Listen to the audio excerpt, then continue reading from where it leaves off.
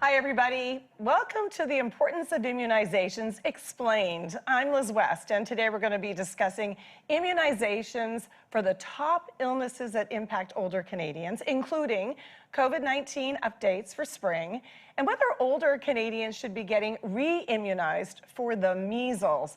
I'm joined by Dr. Dawn Bowdish. She's a professor in the Department of Medicine at McMaster University and the Canada Research Chair in Aging and Immunity. And thank you so much for being with us. We appreciate it. I am so happy to be here. There's unfortunately more to discuss when it comes to vaccinations. And what I wanted to do was sort of, before we get into them, talk about immunity, which I know is a specialty of yours, and in particular, aging, and whether it's something that diminishes as we get older, and do we have any control over that?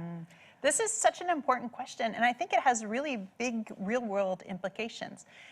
The truth of the matter is, of course, it's complicated because the immune system's complicated. Older adults are great at generating immune responses to things they've already seen, which is why older adults don't come down with all those childhood illnesses like fifth disease and slap face syndrome and all these things that kids get, because they can really retain those memories. And on occasion, that's been hugely helpful for them. So I'll give you an example. When I started my career at McMaster in 2009, 2010, H1N1 was hitting. And we were so worried about long-term cares, retirement communities, and older adults. And ironically, none of them got sick because 60 years prior, they'd seen a virus that was so similar that they were protected. So older adults are great at remembering things their immune system has seen. That's right. Yeah. Because we're not good at remembering other things. Just checking, right. Okay. But the challenge is sometimes dealing with new things. And I think it is a little bit unfair to put all the blame on the aging immune system because the aging lung is different, the aging heart is different. And all of those things also contribute to how well you do in the course of infection. And I worry that if policymakers and people who have to make decisions about the health of older adults feel that the aging immune system is just so impaired there's no point in trying, then we don't get the best quality care, especially with regard to vaccinations. So I'm on a one-woman mission to spread the word that the aging immune system is different, but it's not like it's something that's inevitably going to deteriorate in all people. There's a lot of variability. And there's a lot of other aging physiology that happens that contributes to our infection risk. And do we have any control over our immune systems? Because, you know, we've been all sorts of ideas. Take this, eat this, do this, and it's going to boost your immune system. What do you think about that? Nothing that's easy works. So, you know, taking pills or things like that. The things that really do help are things like not smoking. So that's really important. You'd be amazed at how much smoking affects the quality of your immune system. Other things that are important are physical activity and eating well. And, you know, I say that, but I also want to acknowledge that as we get older, especially if you're on a fixed income, especially if you have a mobility issue, these things are really challenging. So although I say, you know, try to eat a Mediterranean type diet, try to get as much exercise as you can possibly get, you know, I acknowledge that sometimes that is challenging for some people.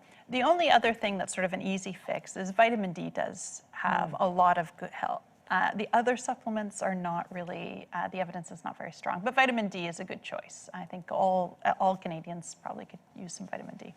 That sounds like a familiar recommendation. Yes. It's just now we're going to listen to you. Okay, let's talk about vaccines in terms of defense, because they have, as we know, they're a great form of defense for all types of illnesses. We became acutely aware of that as a general public thanks to COVID-19. On a whole, how effective have vaccinations been for an older generation? I think one of the things that we probably should have been clearer about at the beginning of the COVID is for adult vaccinations, we often think of them as disease modifying. So basically, if you have your flu shot every year and you do get influenza, which can happen, you're much less likely to end up in the hospital or with really severe outcomes. So even if you get sick, it's not going to be as bad. Whereas most of us have sort of our impression or ideas about vaccination from childhood vaccines, which really do an excellent job of just stopping all infections. So I think we have to sort of level set our expectations. And then as adults, most of the time, what we're looking for is reducing risk, and sometimes reducing risk by a lot, but it is an unreasonable expectation to expect that a vaccine can completely prevent any infection. Yeah, that makes sense. And, you know, here in Canada, each province operates independently when it comes to healthcare. Yet, the pandemic reminds us that this is a coast-to-coast problem.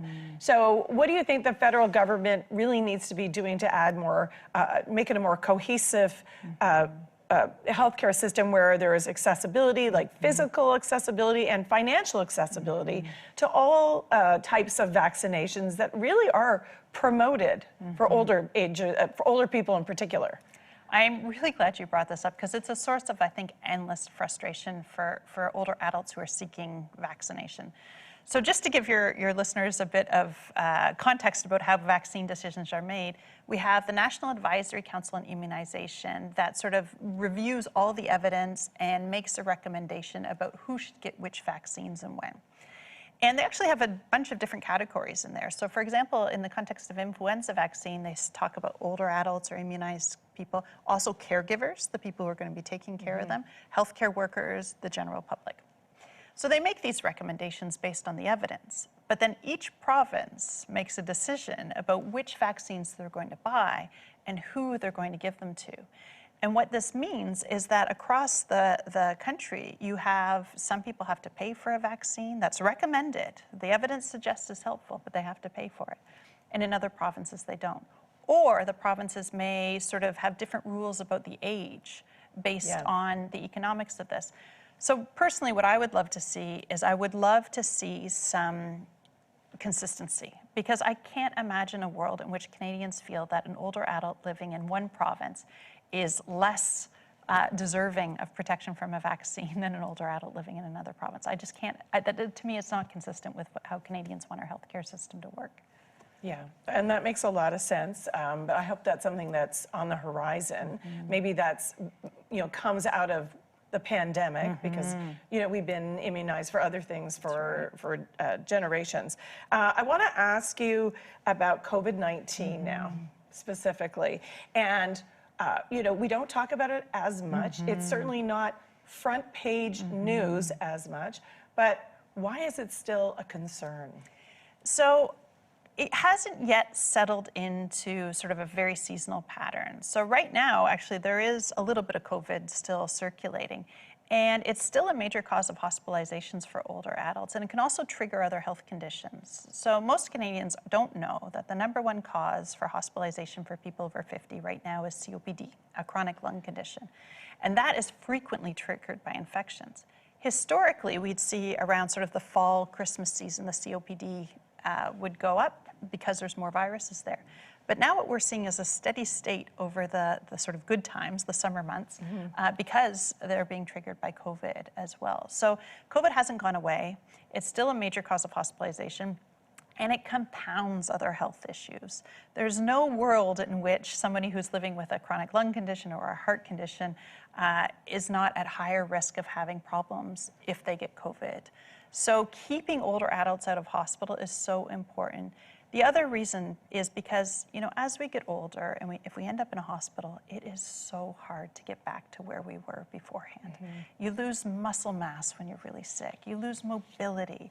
And that is, every time I read the hospitalization statistics for older adults, I think of all the families who are helping to get their loved ones back to where they were.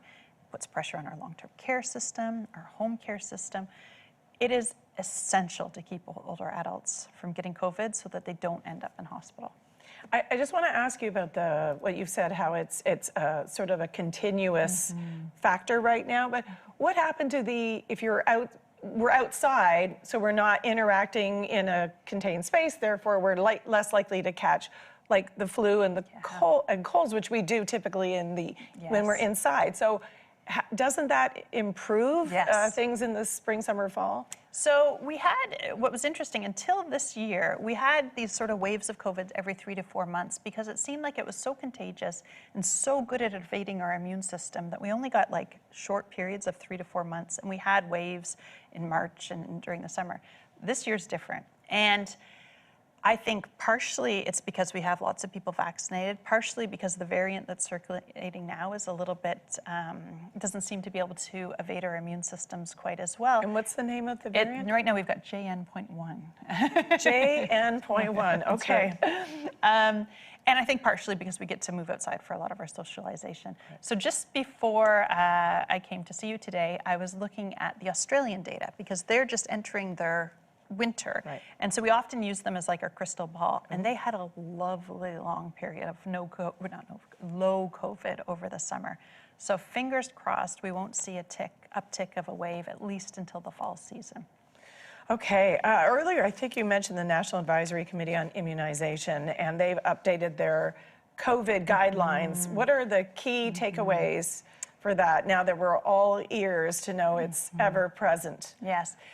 The data is still pretty strong. If you're an older adult, if you're over 65, or if you have an immunocompromising condition, chronic lung disease, you don't want to be more than about 6 months out from your last vaccine, because as soon as you get 6 months out, that risk of hospitalization increases. And based on that information, the National Advisory Council on Immunization recommended a spring booster or a spring shot for people living in long-term care, anyone over 65, or anyone who's immunocompromised. And the hope is that that will carry them through to the fall campaign, which will be for the general public as well. And BC did launch a spring campaign. I don't know if I've heard anything here. Do you think that it should be, a little bit louder in terms of the messaging of that? Because I know there's a lot of people who have lost track of when am I supposed to be immunized and what, because we've gone through all the age brackets of when you're allowed to get your booster, and now, we need to know specifically who should go, and is it your GP that should be telling you, or where's the information to be coming from? I find this incredibly frustrating, as I know most of your viewers are going to find this as well, because in Ontario, which is where we are, we've had a very lax communication campaign. So if you walk into your pharmacist and they'll say, oh yeah, if it's been 6 months, you're welcome to get another shot. But without sort of spreading the word, people are waiting to be told. And oftentimes family doctors, as we know, are so busy. 1 in 4 Canadians doesn't have a family doctor, so they're not going to be having these conversations at urgent care or wherever they're accessing healthcare. And consequently, people who would be eager if they knew they were in a vulnerable group aren't getting that messaging. So I think, this is where we need lobbying and advocacy for more public health funding to get these messages out, but also to sort of empower older adults to ask whomever their favorite healthcare provider, be it their respiratory therapist or their nurse practitioner or their family doctor or whoever is helping them access healthcare. Yeah, a really easy way to find out, is it time for me or not, and I mean, I honestly, I forget when I had my last booster. Course, I really do. I start thinking, where was I? And no, wait, was that my son, my husband? Wait, I took my parents, and so I'm guilty of not being clear, and a little voice worries, like, yeah, but wait a sec. Time's going by. I don't want to get sick. I don't want to make someone sick, and that's why we are doing the show, to help educate and make things clear and spread the word. The spring program, okay, you've told us it's more targeted, so can you just one more thing about when you say immunocompromised, we use that term a lot. Who falls under that category? This is really confusing, I think, for many people, because there are levels of immunocompromise. So let me give you an example. Many people who have rheumatoid arthritis or lupus or any of those conditions that are what we call autoimmune conditions, your immune system sort of attacks yourself, will have some form of their treatment that will suppress their immune system. But there are levels. Some people need a lot of immunosuppression, some people just need a little soupçon of immunosuppression. And so the specific drugs a person is using will dictate whether they're in that immunocompromised as far as vaccination goes or not. And this is where it's so important to have a healthcare provider who you can trust, because a lot of people will be told, oh, this drug is immunosuppressive. But again, some of them are very light and don't really affect your vaccination status so much, whereas some of them are really heavy hitters. The other thing that I think is really important for people to know is if you're starting chemotherapy, ideally, if your healthcare practitioner is up on the guidelines, they should be having a discussion with you about getting all your immunizations updated before you start that chemotherapy. Chemotherapy, by its nature, kills your immune cells, and you're going to be extremely vulnerable to infection.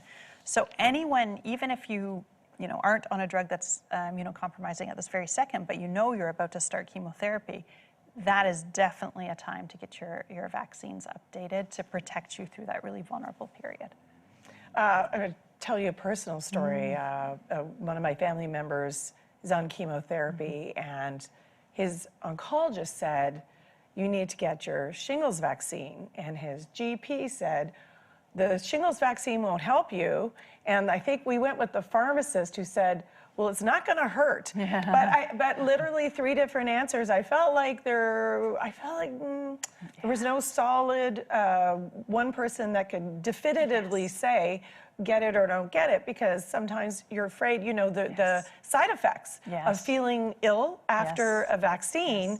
So if someone's already dealing with a health issue, the idea of going to get a vaccination and not being clear on whether you should or shouldn't, like how important it is, can be, I think you take the road of least resistance, say, I'm not going to do it. That's exactly right. Our intuition is it's safer to wait. It's safer, right? But in those situations, that math doesn't quite add up. It's generally more important to get those vaccines. But, it is very confusing if you get these conflicting messages. And oftentimes, a specialist like a cardiologist or someone might say, well, I don't have any concerns if you want to get vaccinated. And what people hear then is like, well, I don't have to. Where the messaging should be, it's important to protect your heart, get vaccinated, because serious infections can have that, or your respirologist or whoever your specialist is. And especially in the cancer sphere, you definitely want to be protected over that vulnerable time. That's what we thought. Common sense, kind of. Okay, I want to talk about there's been a variety of COVID vaccinations, different sources, but the Moderna shot that came out last fall, would you say that's still the best option? Yes, so my team's been researching which vaccine works best in older adults, and consistently we come up with Moderna being slightly more protective than Pfizer. But again, any vaccine that's in you is better than no vaccine, right? So if you don't have access to the Moderna vaccine, then there are other options out there, Pfizer, Novavax, other vaccines. Now, there was an important change in the fall in that we were getting one that was quite similar to the variant that was currently circulating.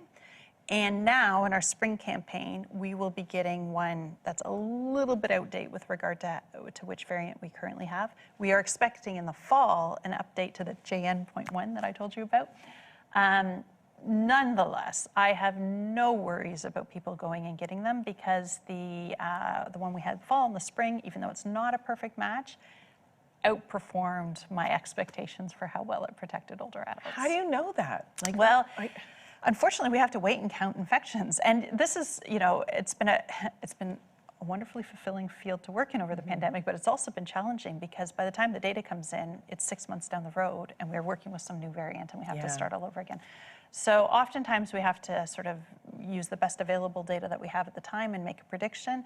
And then in this particular case, I'm happy to say that this vaccine has really helped get us to the low levels of COVID that we're at now.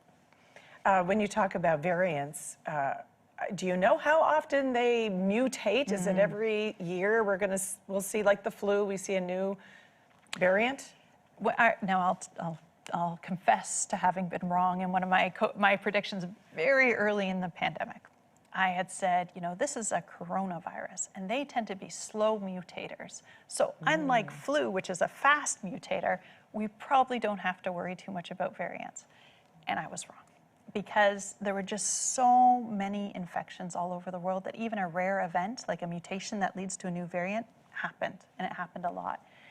And what we found is that until very recently, a new variant that was better than the last one as far as infecting people and avoiding immune responses came about every 3 to 6 months. But I'm very happy to report that right now, the WHO, all of the organizations across the world that are monitoring, Canadian monitoring systems, we don't see a sneaky, evil new variant on the horizon. So we are cautiously optimistic that we'll sort of get through the summer with these low levels. We'll get a vaccine against them, and fingers crossed I won't be wrong again. As long as a new variant comes, hopefully we'll have a more mild COVID fall and winter. And any vaccine is still a good step, A good choice. regardless. That's right. So don't worry if you're not. You don't have to ask if Yes. what you're getting is for that That's particular strain, because it's still That's going right. to help. That's really correct. Because we get bogged down in those kind of details, like all the know. things that could, some of us become miniature scientists Yes, at home. yes. Aha, I'm the scientist Yes. now. And then you get sort of lost in that, Yes, really. absolutely. And I feel so bad for people who are trying to navigate, especially if they have an older adult in their life or And someone we who's all do. ill. Yeah, Right? and you really want the best for them, and it's hard. Like as you mentioned, different people are giving, but honestly, the vaccines we have available now are really overperforming from my expectations. So I'm pretty happy with that. That's wonderful. Now, during the pandemic, because everything is fast and furious around this vaccine, and there was all sorts of information, misinformation, critics and quarterbacks saying, but I think this. So let's fast forward to now. Are there still some myths and misconceptions that are floating around that might be still make some people reticent to continue getting their booster shots and other vaccinations now that we're looking at vaccinations as a whole? Yes, absolutely. Even in preparation for this, I had posted on my social media that I was going to be here talking to you today because I was so excited to be here. And I had someone email me and say that these mRNA vaccines are gene therapy and they're going to destroy our immune system and they're associated with all the bad things that have happened in the world.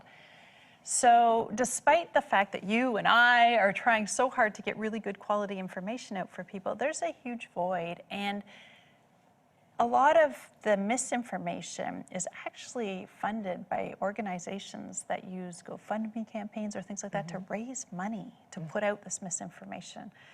And it's really hard to counter that because it sort of hits on a nerve, that little bit of distrust that people might have. And so, there's still myths that, the vaccines cause more harm than good.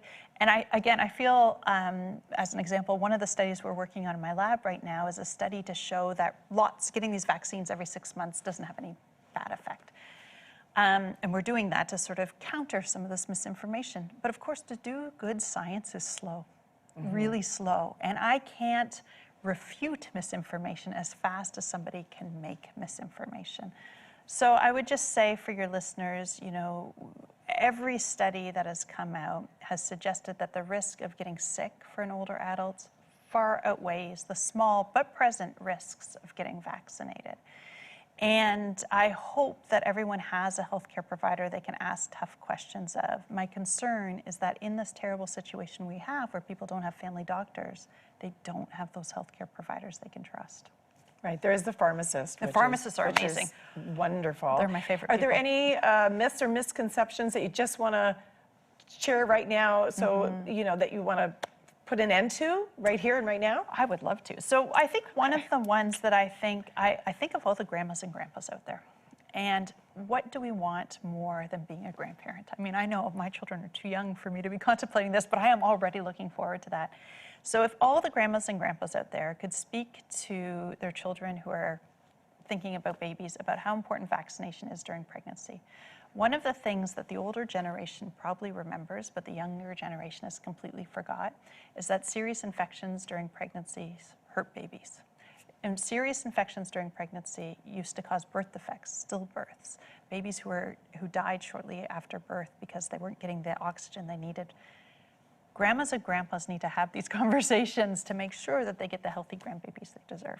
And I think that's one important myth, that vaccination for COVID, influenza, whooping cough during pregnancy is not an option, it's essential. Wow, that's a good one because you've just hit multiple generations. Yes, that's well right. done. I always say it's a family affair. Yeah, no, that's wonderful. Okay, we're going to talk about long COVID as well because some people who are watching right now, this might resonate with you. Someone you know, perhaps you have it, and you've been personally involved in this long study, Canadian study, around long COVID. So please tell us, what do we know about it that we didn't before? Even before the pandemic, I used to always do these talks and say, get vaccinated because any serious infection has long-term health issues. And long COVID has proven to be worse than some of the other infections. And one of the things that I find so fascinating and so challenging is long COVID seems to have different symptoms and different causes in different people. So to give you an example, some people have the terrible brain fog. You know, they can't think straight. Their memory is really problematic. And as an older adult, that can really affect your quality of life. Other people have the terrible fatigue, and so that getting out of bed and getting active, especially after exercise, can be really, really challenging. Some people we're finding are developing what we call autoantibodies, so antibodies that attack yourself. And so as a consequence, there seems to be an acceleration of developing some of these autoimmune conditions. And all the treatments we have right now for all these diverse symptoms are just helping people live with those symptoms. There's no cure for some of these people, except in some cases, time. Right. So Can I ask you a quick Please, just around please. time? Like long COVID, I've known more than one person with the brain fog and the lethargy. What kind of time are we looking at? It's not great news, to be honest. So about a third of people recover within a year. But a year is a long time in your life to be impaired Out of your by life. this. Yeah, it's Not working. That's right. Not parenting. That's right. Not caregiving. That's a long time. So 1/3 get better, 1/3 stay about the same, and 1/3 get worse. And I mean, that's really very difficult. Now, it does seem that if you do get COVID close to a vaccine, you're more likely to get better. So this is another great reason to make sure you're up to date on your vaccines, because if you have an immune system that really can fight the virus, it looks like you get better faster from long COVID. Yeah, well put. Thank you for that. We're going to move on to measles, something that I wouldn't have thought we'd be talking about, and yet here we are. We thought it was eliminated, and now that we're finding out that there's these cases, with reports of provinces are trying to do these pop-up vaccine clinics in hospitals and schools. Do you think that we are, coming towards this point where we will no longer be measles-free in this country? Yes, I mean, I think it was about 2 months ago, there was the first case of what we call community transmission, meaning someone got measles and we have no idea where they got it from. Yeah. Measles is the most contagious virus we know of. I have this great example I use in my teaching where a person was getting off the plane and had no symptoms but had measles, and another person walked by them to get on the plane and caught measles from them. That's how contagious it is. Big airport, just walking by each other. And so if we don't have 97% of the population vaccinated, there will be spread of measles. And the reason we need to worry about this so much, the reason we get so worked up about measles, is in the pre-antibiotic era, measles killed more people than influenza. Measles, unlike COVID or RSV or influenza, which infect the cells that line your lungs, it infects your immune cells and kills them. And as a consequence, during the time you have measles, you don't have an immune system to fight other bacterial infections or other types of infections. And even when those immune systems, even if you survive that part, you get some antibiotics, you're okay from that, people who've had measles end up needing more antibiotics in the years to follow and getting more infections in the years to follow because their immune system isn't totally repaired. So consequently, when people like me start hearing about measles in the community, we get really scared. And I think the reason we might lose the status of saying we've eliminated it in Canada is because of some of that vaccine misinformation. In the 90s, there was a very well orchestrated misinformation campaign that meant that parents who had kids in that generation stopped vaccinating their kids. And although that was proven to be false, those people now are growing up and they're at the age where they might be thinking about babies. Measles used to be a major cause of birth defects and stillbirths. So there are so many good reasons to really worry about measles. The only bright side is that because measles is such a nasty infection, that older adults, people who were born 1970, almost all of them got it. And they generated a really strong immune response that seems to be carrying them through into late life. We don't know how far that protection goes. Does it go to your 80s? Does it go to your 90s? Will it still protect you when you're 100? But those cases are almost never in older adults, those measles cases in the community. So that's the only piece of good news. Now, the flip side is We don't have really, really good data about like people in long-term care who are quite frail, people on chemotherapy. So those people are still, I really worry that we don't have good data about whether or not they're protected. But in general, if you survived measles as a child, you get this really long-lasting protection. So if you were vaccinated, because you're pre-1970, is there an opportunity to get another vaccination just to play it safe? Is there any harm? Is that something that's happening? No harm. So the great news about measles updated shots is if you're unsure, our recommendations are pretty clear. If you don't know your vaccine status or if you had measles as a child, get an updated shot. The challenge with that is, again, as we talked about, some family doctors aren't aware of that recommendation. And frankly, we don't have a lot of measles vaccines in the country because we sort of order enough to do kids, but we don't traditionally keep enough in the pharmacies to do And it would be a different adults. dosage for an adult. Exactly. So our challenge is, and this is what our National Advisory Council on Immunization is currently thinking about, is where should we make those recommendations? I will say, though, if anyone's considering getting pregnant and they're born in that 1990s, early 2000s time point, definitely have that conversation with your healthcare provider because the measles vaccine is one we give pre-pregnancy but not during pregnancy. So you need to get that protection before you have a baby.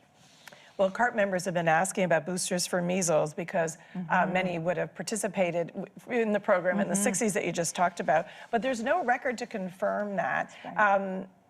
I mean, is it a guarantee if you were born during a certain time period that you absolutely did get the vaccine? Not really. I mean, how can we ever know if we don't have records for that? So our official we do have, like many of us have a scar. Yes, a scar. Now that's not from your measles vaccine, unfortunately. Right. So unfortunately, because that would make it so much easier. Exactly. You can actually test to see if you have anti-measles antibodies, but our recommendation is that just get a vaccine if you're able to, if you're really unsure. If you remember having measles, if your parents told you had measles, you probably don't need to worry about it. If you're born around 1970 and we assume that you were protected, but you're not 100% sure, then it's a perfectly reasonable thing to ask your doctor if you could get a measles updated shot. And our recommendations are if you're unsure, get one. Right, and that's covered by our healthcare system. Most of the time, in most of the provinces. In most of the provinces. There we go. That's the problem. Around people generally, the adoption rate of getting vaccinated, we had a huge uptick. We've had a downtick. Yeah. Where do we sit right now around people, making the decision to do it? Is it declining still? Yeah, it's still declining overall. So we've seen the lowest levels of childhood vaccines we've ever had. And this is important for older adults because... Say that again, the lowest level of childhood vaccinations we've ever had in Canada since then. Why is that? There's a couple of reasons. There's many reasons. One is distrust, but I think actually bigger reasons are people don't have good family practice. So pediatric vaccines are very regimented, very, very regimented. Yeah, I mean, your school will call and say, your child has not been vaccinated. They're going to come home until you prove that you've had them vaccinated. That's right. Yeah. And that actually enforcement of the rules is sort of restarted after this dropping and the resurgence of measles, because there were a few years where public health has always been overstretched, overburdened, and they weren't making those calls. And that allowed a lot of people to slip through the cracks. So we have a combination of mistrust, inability to access vaccines or to get good information like we're trying to give today for young people. And of course, young people end up infecting older adults. And then we just have the inability for us even to access our vaccination records. If you've ever moved province and tried to bring your vaccine records, unless you have, some of us have that yellow card, unless you've kept it for, 60 years. So there are many, many, many factors that have led to lower vaccines, but ultimately this is an advocacy issue to advocate for better public health investment in vaccination. Yeah, and especially targeting those new parents. Exactly. Because, like you said, it's transmitted to other people. It's a family affair. We want to protect everybody. Let's move on to shingles. It's been, the vaccine's been around for a while. I always felt it was a little fast and loose with shingles. It's like, well, you can get it, and well, I've heard 50, well, I've heard 60, and you have to pay for it. Yeah. So right now, who is at risk of getting shingles, and how critical would it be to get a vaccination?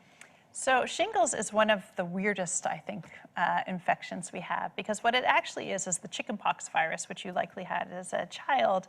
It actually never really goes away. It hides out in your nerves. And when you're stressed, immune compromised, you get older, sometimes it flares up. And if you've ever lived with someone or seen someone who has shingles, it is incredibly painful. So painful. And if you get it in your eye, oftentimes people get there, it can be damaging. It is just a terrible thing. I often say that the people who are the biggest advocates for shingles vaccination are the people who have shingles, because it's just so incredibly painful. The official recommendation is that everyone 50 and older should be eligible. Almost no provinces cover it exclusively for people 50 and over. Ontario's got particularly weird rules. It's only free between 65 and 70. It's 2 doses. I know someone who got their first dose at 69 and had to pay for their second dose because they'd hit their it's ridiculous. Yeah. So I think no vaccine is cheap. They're usually over $200 if you have to pay out of pocket. And for 2 shots and somebody on a fixed income, that's a lot of money. That's a lot of money. So again, this is an important advocacy. Personally, I don't want to see anyone undergo the pain that is shingles, so I would favor covering it from 50 plus, but that just hasn't been the case in most of the provinces.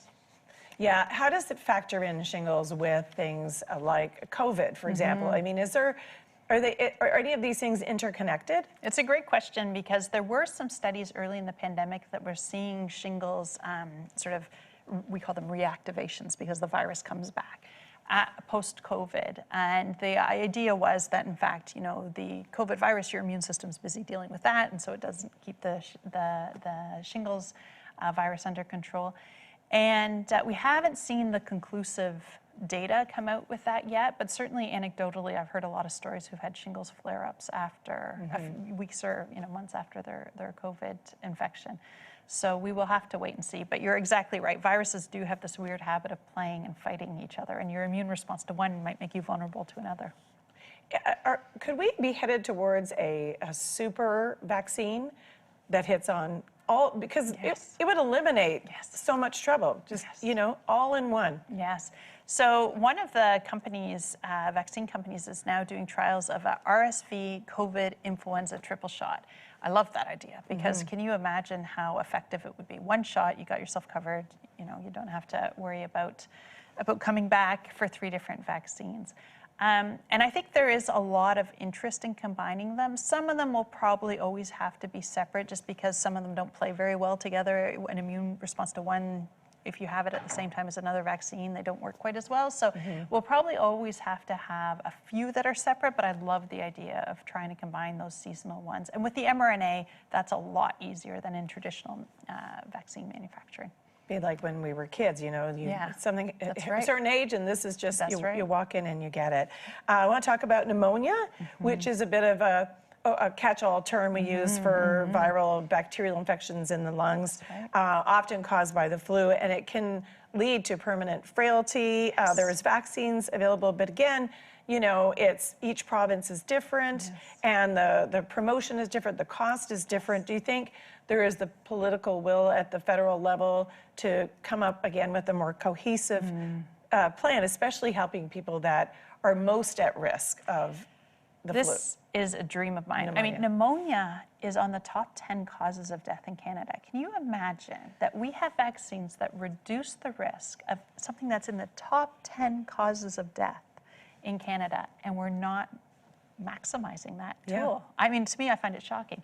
The National Advisory Council on Immunization recommendation is there's 2 vaccines for pneumonia. Ideally, you get both of them a couple of years apart, because it gives you a nice broad So is it a coverage. preventative vaccine? It does work to prevent the infection. But unfortunately, pneumonia is caused by a lot of different things. So no vaccine can cover them all. But any reduction is a good reduction. So we've got this recommendation. And before I came here today, I wanted to review what each province's rule was. Almost all the provinces only cover one of the 2 that are recommended. So again, top 10 causes of death, and we're not using that tool. So the data is pretty unequivocal that older adults, especially those living with any chronic lung disease, And our recommendations are also that people living with chronic lung disease or severe heart disease get recommended, and only 30% of Canadians who have those conditions have got the pneumonia vaccine, even though 100% of them should. And your comment about the economics is so important, because a lot of these lung diseases and heart diseases are associated with socioeconomic factors. So to ask someone to pay out of pocket when they're already struggling and they've got a chronic health issue that maybe has impacted their ability to work or maybe caused them to have to retire early and be on a reduced income, to me, that isn't fair. Yeah, and also it ends up costing the healthcare system much more in the long run. Unscheduled hospital visits, people coming to the hospital for COPD especially, are the major reason our emergency rooms are full. Yeah.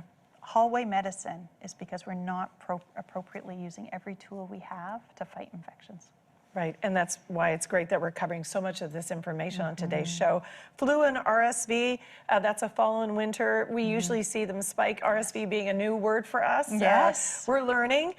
Does that mean you can't catch it at other times of the year? No, they both sort of trickle through the year. Influenza historically has been sort of November to February, and RSV sometimes into March, but you can definitely get them any time of the year. Now, Ontario was the first province to pay for RSV vaccines if you're in long-term care, and it's about $260 if you're not. And again, I think this is one where some advocacy comes into place. But what's fascinating to me about the RSV vaccine is one of the reasons the provinces have been sort of reticent about making this part of their program is we have never collected really good data on older adults. It will shock your listeners to hear that if they go to the hospital so sick that they clearly have an infection, oftentimes they'll never be tested for what kind of virus or bacteria is making them sick.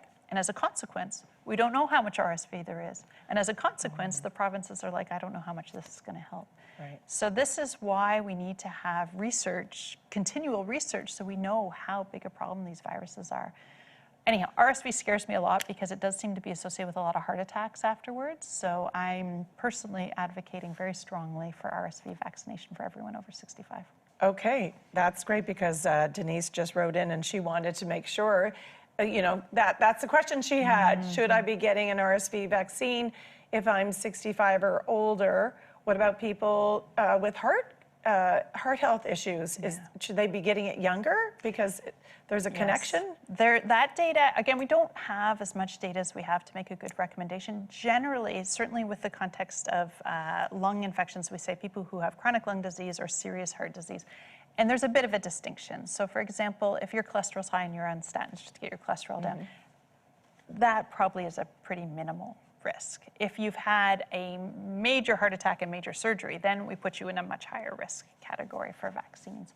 So certainly, I have to be honest with you, I want all the older adults in my life to get the RSV vaccine, and I have been recommending that.